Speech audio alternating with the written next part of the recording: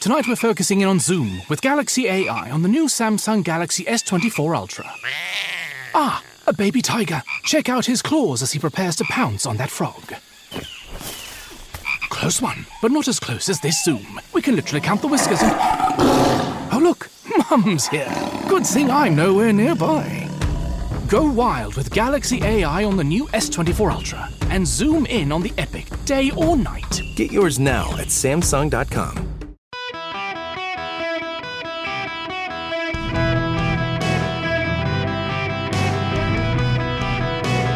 Welcome to the Eric Erickson Show Podcast, Hour 3. Hello there. It is Eric Erickson here. The phone number is 877-973-7425 if you would like to be on the program. Let's see, I'm doing emergency broadcasts by video so Philip can push something unique out this afternoon. I'm in the studio in Atlanta. I don't actually have like a camera studio set up here that like I do in my home office or the new office, new broadcast booth. So it's my webcam on my computer. But earlier in the program, I was talking about this report that there's 700 some odd athletes who have died from 2021 to 2022, and clearly it's the COVID vaccine. And the source was the International Olympic Committee, and I was pointing out that actually the International Olympic Committee didn't say that, and there is this report circulating, and it does link to the International Olympic Committee, and but the IOC never actually said that. And if you actually read the report, there's a laundry list of people who are cited as they died of COVID, or they died of the COVID vaccine, when actually, I mean, one of the people cited was a marathoner and he fell off a cliff. That's my favorite one to go to is proof that the report is kind of garbage, that they cite as a guy who died of COVID someone who actually was a runner who fell off a cliff on a foggy day in Wales. Or another guy was in a car crash. Several people had well-documented heart problems even before COVID. One guy was on the list who never got the vaccine. Another was on the list who was in a car crash. Actually, there were several in car crashes. One was on the list who's actually not even dead. Several were on the list who had cancer and other problems. And I got an email from a guy named Alan. He says, so you find a couple people who are listed as vaccine deaths who possibly died other ways, and that means the other 700 couldn't possibly be linked? Talk about disingenuous. Why weren't we seeing heart issues and myocarditis in 2020 in the first half of 2021? Answer is pretty obvious. Is Pfizer or any other vaccine maker an advertiser, or have they been in the past 18 months? Why, yes, they have. You should be ashamed of yourself. Oh, Alan, you know, I say regularly that one of the great dangers of our time is the unknown unknowns, the things we don't know because we know so much now. It seems like we can be experts on everything, but there are lots of things we don't know. But then there's Alan, who's just an idiot. I give you a list of people in this report and tell you that these 700 couldn't possibly be linked. And my point is the 700 is a made-up number. They cite the International Olympic Committee that's never actually said this.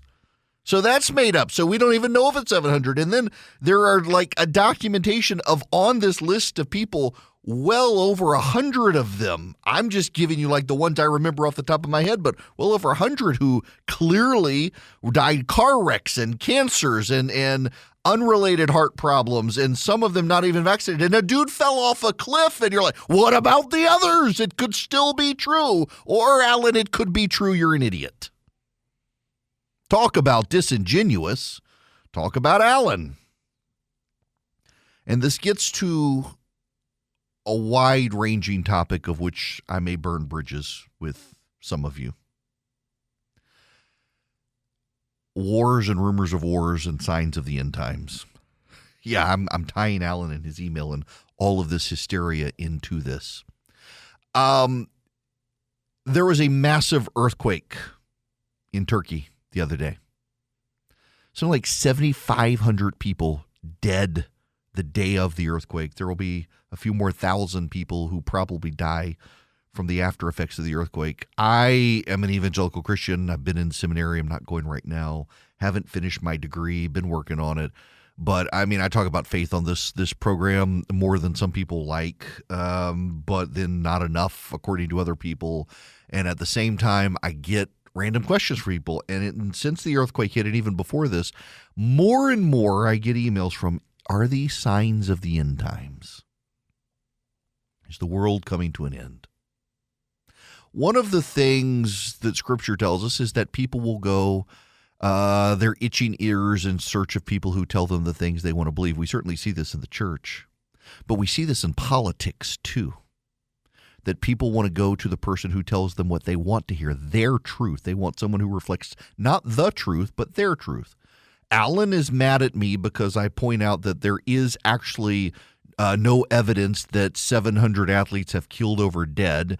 And he says, well, just because you pointed some, what about the others? And I started by saying that this actual data from the IOC doesn't actually exist. And when they start listing the athletes under the data that doesn't exist, they list a bunch of people who died of other things. And Alan thinks I'm being disingenuous. And clearly there are some. We didn't talk about myocarditis. Well, yeah, it was a thing. And 300 some odd people have developed it. By the way, most of them didn't die. And yes, it is certainly something that we found out about the COVID vaccine actually pretty early on when people got the COVID vaccine. And now it's being played up by vaccine skeptics in the same way that those pro-vaccine people were playing up deaths beforehand. People just want to be told what they want to believe. People want to believe that this is bad. Therefore, they find all the information. It's not just the liberal Christians going to liberal Christian churches hearing the things that tickle their ears. And people get worked up into, is this a sign of the end times? So I don't want to talk about theology here. It's not my place to be your preacher. I hadn't finished seminary. My personal answer is, yeah, maybe, but there's a larger issue here. And that is, let's say the world is coming to an end. Let's just, hypothetically, let's just go straight there. Let's say the world is coming to an end. Let's say these earthquakes, wars and rumors of wars, the Ukraine war, the destabilization on the planet, the coming war with China, the situation with Russia, Iran getting nukes, plague upon plague. We've got birds dying everywhere. We've lost more birds from avian flu this year than from the last 2 avian flu outbreaks combined. Did you know that? Massive plagues on the planet. We've got COVID now. We have monkeypox spreading in the Western world. We have all of these things. We've got plagues. We've got volcanoes. We've got earthquakes in places that don't get earthquakes. We've got wars. We've got rumors of wars. We've got fear. We've got people dying out. We're not reproducing as much. The Western birth rate, in fact, the birth rate pretty much everywhere on the planet is in collapse. So what? There is not a thing that you can do about it. There's not a thing you can do about any of this. This manifests itself in our politics by people going to find a political savior. I've noticed, like on my Substack page, if you're a paid subscriber, you can leave comments, and there are several people. I don't know them, and my guess based on how they write is they're several years older than me. And they are very malcontented. They feel put upon. They're very pro-Donald Trump. They feel put upon. They feel like America has left them behind and America is going to hell in a handbasket. The economy is doing well, but not for them. They're very angry. They feel aggrieved. They are prone to feel insulted even when you don't mean to insult them. They get very bitter that I just don't understand them, that I don't live this life. I want to tell you guys, I get paid well, but not that well. I've had amazing experiences. I got to take my family on a private plane recently. It was kind of a necessary trip. And I told them, don't tell people that we're on this private plane because people hate people who fly on private jets. There's a lot of envy in the world and a lot of people get mad at that. It was a necessary, I don't want to go into the details, but it was necessary. It was the only way the trip could happen. I was able to pull some strings and make it happen. I had to pay a lot of money, more than I should. But I actually, even telling you that, I don't get I mean, people think I'm a millionaire or something. I'm not, in addition to student loan debt and everything else. But a lot of people who leave these comments and tell me these things are like, you can't possibly understand. Oh, I understand more than some of you know. I remember one time when Christy and I first got married, she was making practically nothing, as was I, and I was a lawyer, like multiple years into a law career. And our heating bill one time was $500. We lived in a rural house, and the gas bill for the month was $500. We had to go without food to pay the gas bill. I have lived that life. Don't tell me I haven't lived that life. But I have improved my lot in life, and some people haven't. And some people's lot in life has gotten worse over time. And they get very bitter. They get very angry. And oftentimes they're the ones most sensitive to they want to be victims. They want you to know that they are aggrieved, and because you're not aggrieved, somehow you are bad. And I find this with a lot of the most diehard Trump supporters. They feel like the economy and the world has left them behind, and they're very angry about it. And on top of that, they feel like the dynamics of the world are threatened. They see the cultural collapse. And why aren't people upset about this? Why aren't people upset about the grooming? Why aren't people upset about the drag queens? And you can be, but if you're not as aggrieved or as angry as them, they process you not being as worked up on their issue as you not being worked up on the issue at all. It could make you mad as hell, but if you don't express it in the way they expect it, they decide you're not aggrieved. And then they see all these other things. They see the earthquakes. They see the volcano. And the world is coming undone. The world is going to hell in a handbasket. Culturally, America is headed off to Satan and the pagans. So what? So what? Can you stop it? I don't say so what to make light of it. And I don't say so what to dismiss the concerns of people who care passionately about it. I say so what so that you might realize some things are outside your control. A lot of people look to Donald Trump as a political savior to save them from what they thought was an existential crisis, and whether the 2020 election was stolen or he lost, he's not president anymore. He served for 4 years. Maybe he'll come back, maybe not. Maybe it'll be DeSantis or Nikki Haley or someone else. But a lot of people are trying to find ways to control events they cannot control. There's a greater problem in this country that's driving the madness in the country. There's a greater societal madness in the country, and part of it is the isolation we've talked about.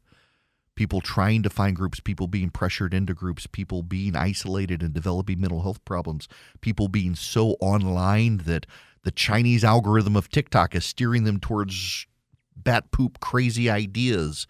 And parents are leaving the devices to babysit their kids. We got all sorts of problems, cultural problems, moral problems, theological problems, economic problems, all sorts of problems.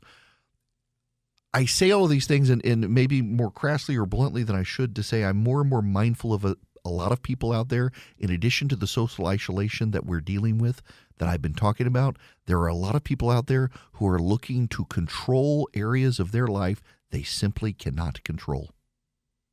They are looking for protection from people they can get no protection from. They are looking for saviors where there are none. And I would just simply suggest this, that for those of you who feel aggrieved, who feel like the world is coming to an end, who feel like the end times are upon us, the second coming is a matter of days, evil runs among us, however you want to phrase it, you can take care of yourself and your family. And you can be involved in your community and your neighborhood where people will know you best. And I would just suggest to you, if you're really stressed about these things, if you're really freaking out about these, if you really believe all these bad things are out there, I'm not trying to make light of it. Don't hear me making light of it. All I'm saying is, if you improve your location where you live, if you make sure your family is where it needs to be in life, if you make sure that your neighborhood is well taken care of, if you are engaged in your local community as a member of your community to seek the welfare of your local community, That's what you can do. You can't control the earthquakes and you can't control the wars. You can't control the madness. What you can control is your small plot of land and life. And if all of us do that who are concerned about these things, as every one of us does, we'll make a meaningful, impactful difference, but we'll do it on the local level where those who know us best will also be the people who impute good motives to us even when we disagree. I would tell you, don't freak out. Don't be a victim. It's your choice to be a victim. It's your choice to be angry. It's your choice to feel like you got to get revenge or to impose your will on other people in some way through policy or politics or what have you. You get the choice to vote. You get the choice to elevate people, good people, to office. But if what's driving you is your feeling that you've been left behind or that you're a victim and you're angry because of it or you think the world is coming to an end, you're going to make choices based on the raw emotion of rage and the passion of anger. And as everyone knows in life, those tend not to be the outcomes that work best for us. So if you forgive and show grace and don't treat yourself as a victim and don't think yourself as a victim and vote for what you think is best as opposed to vengeance is mine, we may actually be able to improve and exercise some control even in those areas of our life where we don't feel like we have any power to control things. But that starts locally, and it starts without fear or worry. It starts with making some good, rational decisions for ourselves and our family and our friends and our neighbors. And it starts with our involvement in our own backyard, not just in national politics. If you own a small to medium-sized business that kept employees on payroll through COVID, you may have a big cash refund waiting for you. The Employee Retention Credit is a tax credit of up to $26,000 per employee, and now more businesses than ever qualify. The experts at RefundsPro.com specialize in cutting through the red tape of qualifying for this government program. Most of their refunds are over $100,000. Even businesses that have received PPP funds may be eligible, and there are absolutely no fees unless you receive a refund. There's no reason not to apply. If your business experienced shutdowns, limited capacity, supply chain challenges, or even reduced revenue due to COVID, you likely qualify. RefundsPro.com has already helped hundreds of businesses, so don't lose the refund you're owed by missing the deadline. Get started today with the free 5-minute questionnaire at RefundsPro.com. That's RefundsPro.com. The phone number is 877-973-7425. I knew it would happen by what I was talking about, that it is... this is a phenomenon that is growing in the country as we move more and more into postmodern times. That what I was talking about, there are people who feel like they are victims, who have decided they are victims. There are people who the economy has left behind. The economy is going great for people, but not for them. And they're mad as hell about it. And they don't think, one, that we can understand them unless we're living it. And two, they are really aggrieved that you pointed out. They feel insulted. I'm dealing, for example, so I last week was explaining what's going on with chickens not laying eggs. Can't believe I had to spend an hour debunking some of the crazy conspiracy theories out there, but I'm still getting emails from a woman who wants me to apologize that because I do not have chickens myself, have not raised chickens, have not seen the phenomenon for myself, that I need to shut up because I'm just being cruel and condescending to the people who are experiencing this, and she knows it has to do with the corporations changing the feed. And I try to explain, this can happen. This can happen when they change feed, and feed is being changed due to supply chain. But she just, because I do not walk in her shoes, what I find phenomenally interesting with this is that a lot of them have backed Donald Trump, who has never walked a day in their shoes when I have, and they feel like he's their fighter and they got to stick with him and because he has their backs, and they feel really isolated. And there is a common thread here. Y'all, I want to be real honest with you. I have looked, because you have asked me to look, for a reputable gold company that can give you advice and answer your questions that's not gimmicky. Like, for example, some of them do certificates, and some of them they try to rope you in with other stuff. You are interested in precious metals for your retirement savings to ease the ebbs and flows of inflation and wild swings in the stock market. Advantage Gold. That's who you want to call. Advantage Gold, I have looked into them. I have had them answer my questions, and it is not one of these gimmicky places. There aren't tricks. They really just want you to have a great experience learning how to be a gold investor. Give them a call, 800-450-2566, 800-450-2566.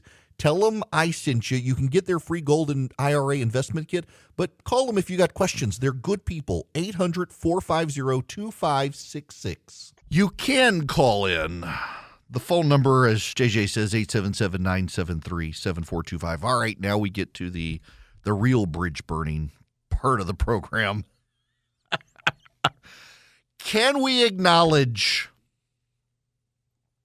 I would like to think we could acknowledge. You know what, Philip? I might as well just do two in-studio video performances so I can get all the hate mail, because this one is going to give me some hate mail. Can we acknowledge that Hillary Clinton was a uniquely terrible candidate? She did not lose in 2016 because the Russians stole it. She did not lose in 2016 because James Comey threw the election to Donald Trump. Hillary Clinton was a uniquely terrible candidate. She was just bad as a candidate. She had greater disapproval, she had greater dislike than Donald Trump in any polling. Hillary Clinton was a uniquely bad candidate. On top of that, she had, Robbie Mook running her campaign, who decided that everyone in America was a Brooklyn hipster or they were bad, and they would not campaign in the places where persuadable voters who were not Brooklyn hipsters lived, like Wisconsin, Erie, Pennsylvania, Michigan. They didn't want anything to do with those people. Bill Clinton was telling them they needed to go to those places, and they did not. Donald Trump went to Wisconsin more than Hillary Clinton. Hillary Clinton, at the end of the campaign, avoided all areas of Wisconsin and most of Michigan, and she lost. She was a uniquely terrible candidate who ran a uniquely terrible presidential campaign. Can we all agree? If you're not a partisan Democrat, can you at least concede Hillary Clinton sucked as a candidate? She was a uniquely bad candidate. She was really bad as a candidate. People didn't like her. Can we agree on that? Can we? Well, then what makes you think Donald Trump can beat anyone else? He lost to Joe Biden. He lost 2018. He lost 2022. Sure, he wasn't on the ballot, but most of his candidates that mattered sunk. Yeah, he can say he endorsed 600 candidates, but when you endorse Joe Blow, the dog catcher, running unopposed, that endorsement really doesn't matter. When you lure Herschel Walker into the race and he gets annihilated in Georgia, that crap matters. When you back Mehmet Oz over a candidate who could have won and was beating the Democrats in the polls, and Mehmet Oz then loses. He only wins the primary by 0.1% because of your endorsement, and then he loses. That kind of matters. When you throw Peter Meyer out of office because he voted for your impeachment, and you bring in the other guy who goes down in flames when Meyer could have won and padded the House margin, that kind of matters. Who cares about Liz Cheney's race? I mean, the Republican was going to win. But in a race like Peter Meyer's, he could have won. But it was better that the Republican lose than win, because the incumbent Republican had voted for Trump. Trump's not a good candidate. And it should just highlight how uniquely terrible Hillary Clinton was. And now we're going through the machinations again of 2024. The GOP is starting to plot against Donald Trump. That's the headline from David Friedlander at the Politico.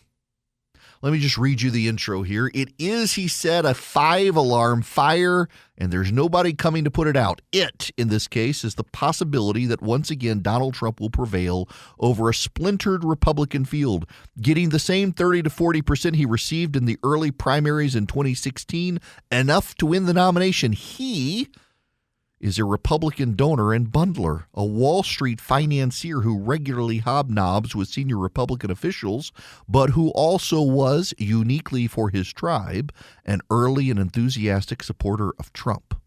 His request for anonymity speaks to the bizarreness of this political moment, where even one-time staunch supporters of the former president are reluctant to say out loud what they and their cohort all say privately, that should the former president win the primary again, he would be very likely to lose against Joe Biden, even as some polls show him besting Biden. It's a comment echoed in interviews with dozens of Republican Party members, donors, strategists, grassroots leaders, many of whom say it is the conversation they're having privately among themselves, too, how to make sure Trump doesn't once again take advantage of a split field and walk away with the Republican nomination. They're worried, all of them, about a crowded Republican field, and they probably should be. Republicans are very individualistic. Democrats have a better shot at shaping their field because they're much more collective. They've been to pressure more than Republicans. A lot of Republicans, you put pressure on them, they say, well, you can't tell me what to do, and they do it. They might do it here. I'm not that worried about Trump running in. I mean, I would still prefer the policies he proposes to Joe Biden's. I just am not sure he can beat anyone given the record other than Hillary Clinton. I think Donald Trump's victory really puts in perspective just how bad Hillary Clinton was in 2016 as a uniquely terrible candidate in the American political landscape, and Donald Trump after her. What I find so interesting, though, is when I say these things, I get a lot of hate mail from a lot of people who say I don't understand him. I don't understand Trump. I've always hated Trump. There is, as I have mentioned, a group of people in the Republican base who were not in the Republican base until Donald Trump. Many of them sat on the sidelines. And what I think made Donald Trump a candidate who could beat Hillary Clinton was, even though his lifestyle, even though his background, even though who he was and what he did for a living, he still had some fundamental understanding that a lot of Americans had been left behind by the economy.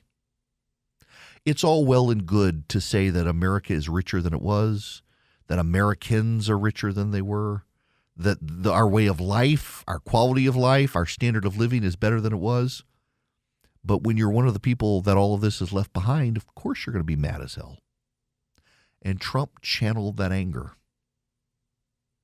And I think there's something for those of us who our lot in life has improved. We have to be empathetic to the people whose lot in life has not improved, or it's gotten worse. And Trump resonated with those people, whether he did anything for them or not. And some of them, like, Dave Chappelle has called him an honest liar. He was the guy who came out of the house and said, hey, inside they're rigging the game so that you can't win. Only the people in the house can win. Now, if you'll excuse me, I got to go back inside and help them. And people at least appreciated he pulled back the curtain, that Washington was as dirty as it was, as crooked as it was. And it just seems like there has to be some way to move forward with a presidential candidate on the right who recognizes the things Donald Trump recognized, but can do better at winning than Donald Trump can do without Hillary Clinton on the ballot. There are Americans who have been left behind. And they don't want a handout from the government. They just want the government to stop screwing them over. I'm on a group chat with some friends in politics who point out that, the problem wasn't really NAFTA that a lot of people blame. It wasn't really the North American Free Trade Agreement. The North American Free Trade Agreement actually improved the North American hemisphere. It created jobs for the poor in Mexico, who then created cheap products for Americans to be able to buy cheaper, so they had more money for other things, so all of us improved, except What about the Americans who lost their not their lives, their livelihoods to those people in Mexico? What about the people who the government left behind? The problem wasn't NAFTA. The problem was the policymakers forgot there would be a pool of Americans who got hurt, and they belittled them. They ridiculed them. And now we're in the same position in this country where policymakers in Washington, D.C. are telling, for example, oil and gas workers and coal miners, go learn to code. They show no empathy for them. They show no support for them.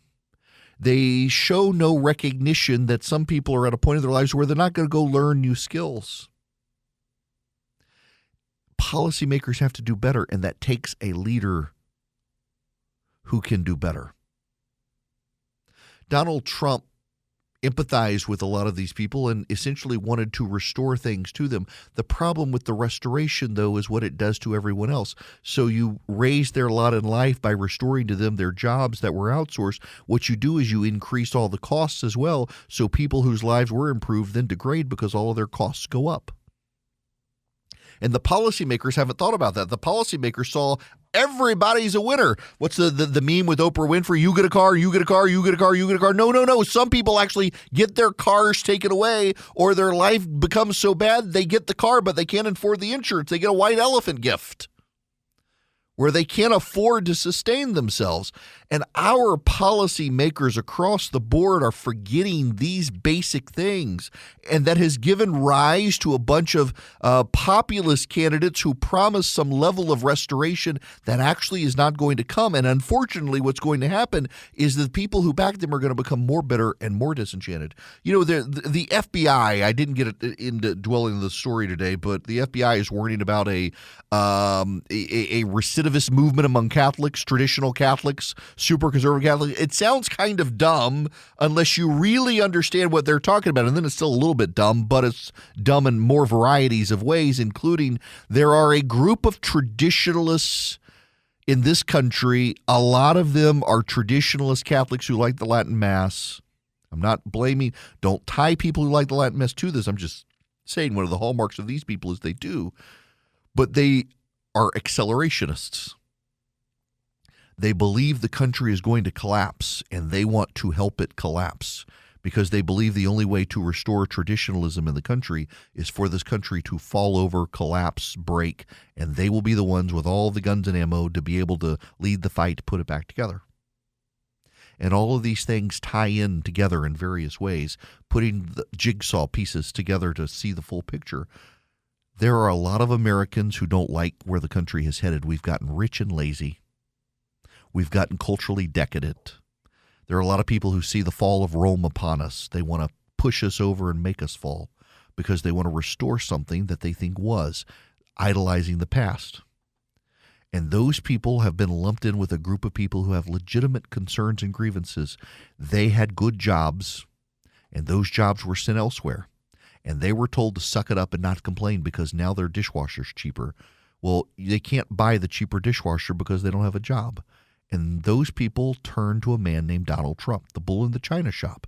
Those people believe neither the Republicans nor the Democrats will improve their lot in life. They're at war with all of Washington. And so a lot of these people will stick with Donald Trump. And I don't think Donald Trump can win. I don't. I was wrong in 2016. But I think in hindsight, it just showed how uniquely bad Hillary Clinton was because he's been losing ever since. I find it interesting that Donald Trump is furious with Ron DeSantis. The only Donald Trump endorsed candidate who keeps winning. Trump said we'd all get tired of the winning. We do so much winning. Apparently, Donald Trump is tired of Ron DeSantis winning so much and has no regrets over Oz or Herschel Walker or Blake Masters or the like. So I am begging the Republican Party and its candidates. I think free trade does us all a lot of good. I think instead of outsourcing to China, we should ally source. We should send countries that want to be our allies the projects and let them produce cheaply for us to keep our costs down and build stronger alliances with third world governments that want to be on Team America instead of Team China. Some of the stuff needs to be repatriated. But when we do all this, we got to remember there are American lives, American families that do feel left behind and do feel like they are now victims of something, do feel like their lives and their destinies and their fortunes are out of their own control. And all they want is to feel like they can control their life, to believe they can control their life, to see that they can control their life. Republicans, I think you can do better than the past. I think you can do better than a guy who could only serve one more term. But to do better and to win big, you've also got to have someone who can give voice to these people who feel put upon, rightly so.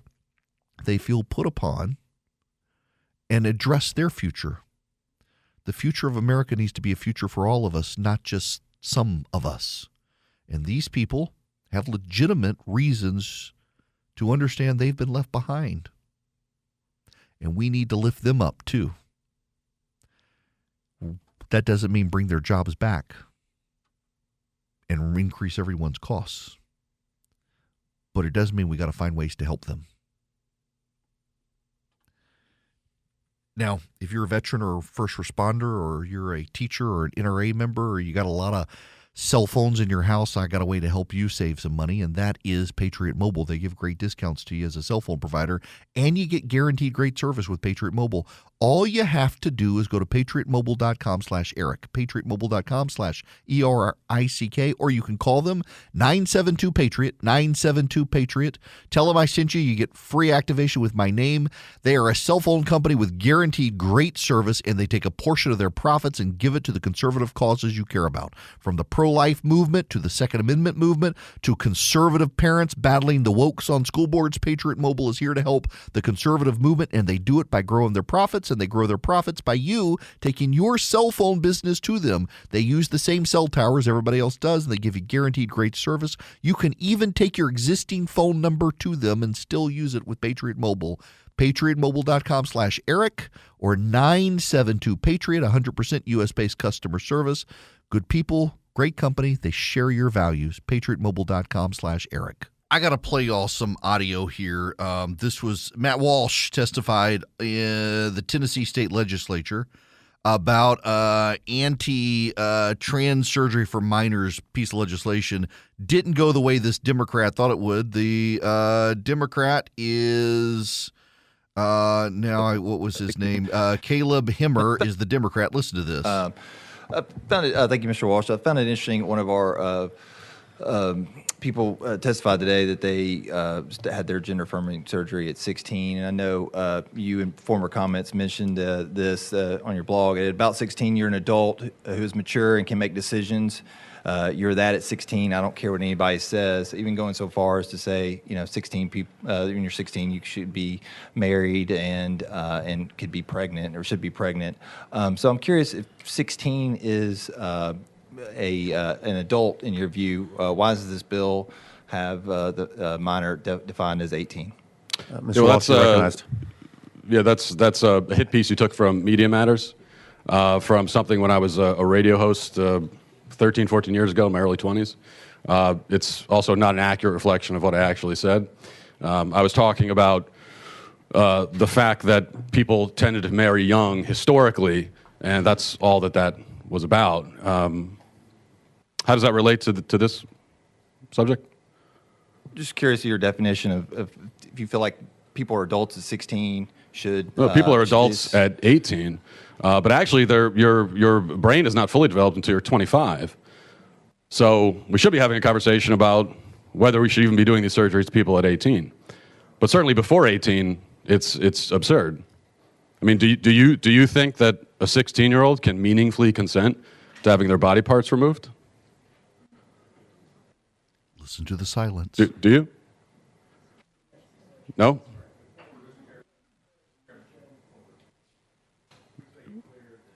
We do not. Yeah, we ask the questions. It's not. It's Representative Hemmer. You are recognized. The guy couldn't answer his question. Well done, Matt Walsh. Turn that on them. An eye-opening experience. The Democrat could not say yes to Matt Walsh's question about consent for a 16-year-old, but yet that Democrat wants to perform those surgeries on a 16-year-old.